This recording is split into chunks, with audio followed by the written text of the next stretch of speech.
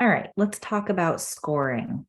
So you should have already changed the numbers to fit your dependent variable. So if you didn't already look at the coding video for your dependent variable, you might need to do that.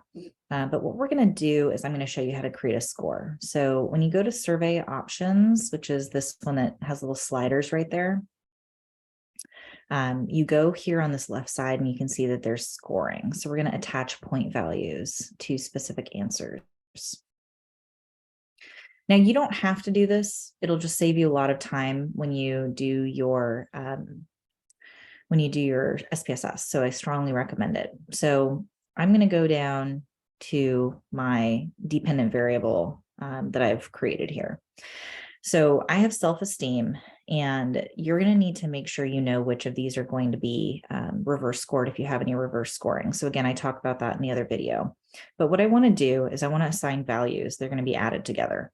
So here, I could click auto.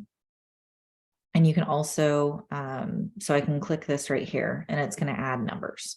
So you can also type them. So I can clear that. And it goes back to this auto. But if I click auto, it's going to automatically assign them.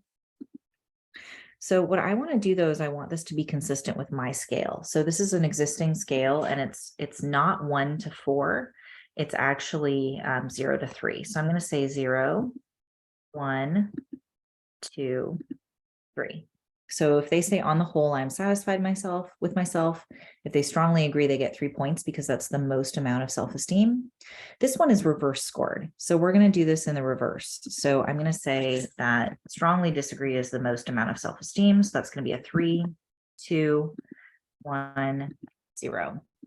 So you just go through and you do that for all of your questions. So then what it will do is it'll create a total score for you. So I'm going to go back to my survey builder. Actually, I think that's the end of this video. So that's how you create your total score. So I'm going to stop recording.